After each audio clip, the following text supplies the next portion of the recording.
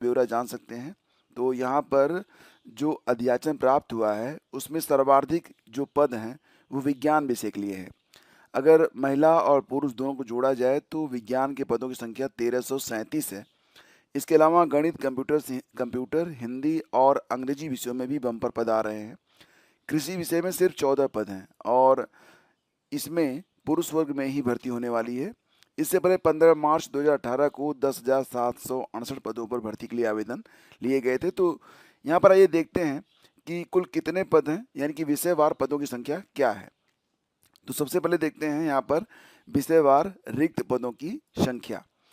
हिंदी में देखते हैं तो हिंदी में कुल मिला के जो पद हैं ये 687 पद हैं और पुरुषों के लिए हिंदी में कुल पद कितने हैं तो 568 पद पुरुषों के लिए हैं, महिलाओं के लिए 119 पद।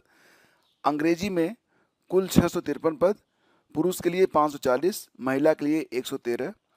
इसके बाद सामाजिक विज्ञान में कुल 701 पद हैं, पुरुष के लिए 561, महिलाओं के लिए 140। जीव विज्ञान में कुल 214 पद, 185 पद for male and for female only 29। विज्ञान में 1337 पद, जिसमें पुरुषों के लिए 764, महिलाओं के लिए 573 पद हैं। गणित के लिए कुल 1093 पद हैं। तो गणित के लिए भी पदों की संख्या काफ़ी अच्छी खासी है, जिसमें पुरुषों के लिए कुल 556 पद हैं, महिलाओं के लिए 537 पद हैं। उर्दू में केवल 120 पद हैं, 18 पद महिलाओं को, 102 पद पुरुषों को। कंप्यूटर में कुल 1056 पद हैं, 455 पद यहाँ पर पुरुषों के लिए हैं, महिलाओं के लिए 455 पद महिलाओं के लिए हैं, पुरुषों के लिए 601 पद हैं। पुरुष 601, महिला 455। संस्कृत में कुल 182 पद, 90 पुरुष, महिला 92। इस बार संस्कृत में जो महिला के लिए पद है वो ज़्यादा है पुरुषों से। 578 पद है कला में और पुरुषों के लिए हैं 383 पद, महिलाओं के लिए 195 पद। संगीत में only 65, for male 52 and for female 13। वाणिज्य में कुल 58 पद, 35 पद आपके हो रहे हैं फॉर मेल एंड 23 पद फॉर फीमेल। 258 पद हैं शारीरिक शिक्षा में, 203 पद पुरुषों के लिए, 55 पद महिलाओं के लिए। गृह विज्ञान में पदों की कुल संख्या 369 है, 206 पद पुरुषों के लिए हैं, महिलाओं के लिए 163 पद हैं, 14 पद हैं कृषि के लिए। तो ये सारे पद जो हैं पुरुषों के लिए हैं। इस प्रकार से देखा जाए तो 4,860 पद बन रहे हैं फॉर मेल और 2,525 पद बन रहे हैं फॉर फीमेल। तो आवेदन जो है शुरू होने वाले हैं। और रही बात एलिजिबिलिटी की, योग्यता की, तो सारी बातें ऑलरेडी हम लोग डिस्कस कर चुके हैं, आप लोग चेक कर सकते हैं।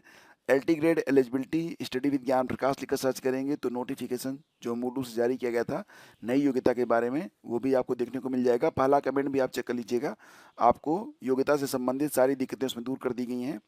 उम्र सीमा दोस्तों जैसा कि आप जानते हैं 40 साल रखी गई है और जो लोग रिजर्व कैटेगरी से आएंगे उनको लगभग जैसे कि SC ST OBC हैं या फिर उत्तर प्रदेश राज्य कर्मी हैं तो 5 साल की छूट मिलने वाली है। 45 साल तक दिव्यांगों को भी यहाँ पर छूट मिलती है। तो इस प्रकार से जो छूट है उसको पाने के बाद जो उम्र है 45 और कुछ मामले में तो इससे भी ज़्यादा उम्र के अभ्यर्थी जो हैं आवेदन कर पाएंगे। लेकिन दोस्तों यहाँ पर एक बड़ा सवाल उठता है। पहली बात ये कि क्योंकि ये भर्ती जो है 2018 के बाद आ रही है, तो 2018 के बाद अब तक जितने भी अभ्यर्थी ओवर एज हुए हैं क्या उनके मुद्दे पर विचार किया गया? ओवर एज वालों के लिए कोई प्रावधान इसमें होगा? तो फिलहाल तो अभी तक तो कोई संकेत नहीं मिल रहे हैं कि ओवर एज को कोई छूट मिलेगी। दूसरी बात यह है कि अभी तक जो है प्री और मेंस का सिलेबस क्या रहेगा ये क्लियर नहीं हुआ है। फिलहाल 28 तारीख को प्री मेंस का जो सिलेबस है वो क्लियर हो जाएगा कि प्री की परीक्षा में क्या होगा, मेंस में क्या होगा। हालांकि GS और सब्जेक्ट दोनों आपको पढ़ना चाहिए क्योंकि दोनों से संबंधित प्रश्न जो है प्री में भी रहेंगे, मेंस में भी रहेंगे। अगर हम बात करें GSE प्रवक्ता के बारे में तो जो GSE प्रवक्ता का सिलेबस है मेंस का वो पूरी तरह से डिस्क्रिप्टिव है, परंपरागत है और उसमें आपको ये भी पता है कि हिंदी व्याकरण और हिंदी निबंध के भी प्रश्न पूछे जाते हैं। जी हाँ, फॉर ऑल सभी सब्जेक्ट के लिए। ठीक है, फिलहाल थोड़ा सा वेट और आज आपकी 25 जुलाई है और 28 जुलाई को आपको सब कुछ क्लियर हो जाएगा। ठीक है, और देखो फ्रेंड्स कल एक आयोग के द्वारा ये विज्ञप्ति जारी की गई थी। इस विज्ञप्ति के बारे में हमने कल ही चर्चा कर लिया था। कल एक बैठक हुई थी और बैठक में ये 4 जो है निर्णय लिए गए थे। पहला तो ये कहा गया कि TGT की जो एग्ज़ाम डेट है ये 1 सप्ताह के अंदर जो है घोषित कर दी जाएगी। दूसरी बात कही गई थी कि सहायक आचार्य की जो परीक्षा हो चुकी है, तो इसका जो मूल्यांकन संबंधी कार्य है यह 28 जुलाई से स्टार्ट हो जाएगा। तीसरी बात कही गई थी कि जो ई अध्यासन का प्रारूप है ये क्लियर कर दिया गया है। इसको आज यानी कि 25 जुलाई को जो बैठक होने वाली है 11 बजे से, उसमें इसे क्लियर कर दिया जाएगा। अध्याचन क्लियर हो जाएगा तो नई भर्तियों का रास्ता जो है वो खुल जाएगा, और माना जा रहा है कि 30,000 से ज़्यादा भर्तियां जो है वेटिंग में हैं, तो सारी भर्तियां हो सकेंगी। और यूपीटीटी यूपीटीटी के लिए भी प्रक्रिया स्टार्ट करने के बारे में इसमें बात कही गई है। एग्जैक्टली देखा जाए तो उत्तर प्रदेश शिक्षक पात्रता परीक्षा की प्रक्रिया शुरू करने की बात जो उसमें कही गई है, तो इससे पहले 2021 में यूपीटीटी का आयोजन 23 जनवरी 2022 को किया गया था। 4 साल बाद ये परीक्षा होने जा रही है। उप सचिव शिवजी मालवीय के अनुसार बैठक में तय हुआ कि टीजीटी भर्ती परीक्षा की नई तारीख 1 सप्ताह के भीतर होगी, और अध्याचन का प्रारूप भी तैयार हो गया है, जिस पर आज यानी कि शुक्रवार को अंतिम मुहर लगा दी जाएगी। और जो विज्ञापन संख्या 51 है, तो उसके लिए जो मूल्यांकन कार्य हैं वो शुरू हो जाएंगे आपके 28 जुलाई से। तो दोस्तों यहाँ पर देखा जाए ना, तो लगभग 30,000 पदों पर शिक्षकों की भर्ती का रास्ता साफ। टीजीटी पीजीटी पदों के अध्याचन प्रारूप को मिला अंतिम स्वरूप, आज ये फाइनल हो जाएगा। टीजीटी 2022 की परीक्षा तिथि अगले सप्ताह डिक्लेयर की जाएगी, और शिक्षा सेवा चयन आयोग शुरू करेगा शिक्षक पात्रता परीक्षा। तो यानी कि यूपीटीटी से संबंधित जो निर्णय हैं वो भी ले लिए जाएंगे। तो इस प्रकार से बहुत ही जल्द आपको शिक्षा आयोग ये पटरी पर आता हुआ दिखाई दे रहा है।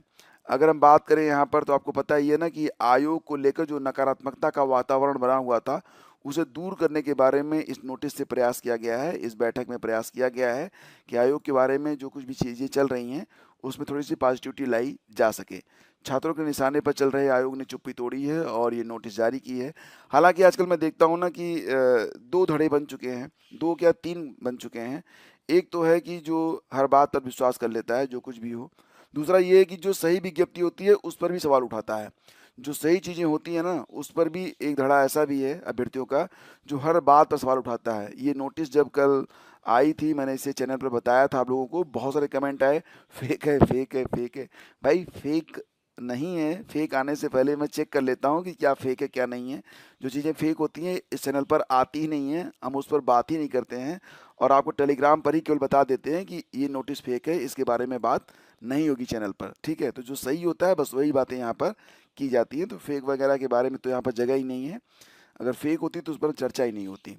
और फिलहाल ये सारी अपडेट्स आज के अखबारों में भी आ गई है, तो सारी बातें जो हैं वो समाप्त हो गई हैं।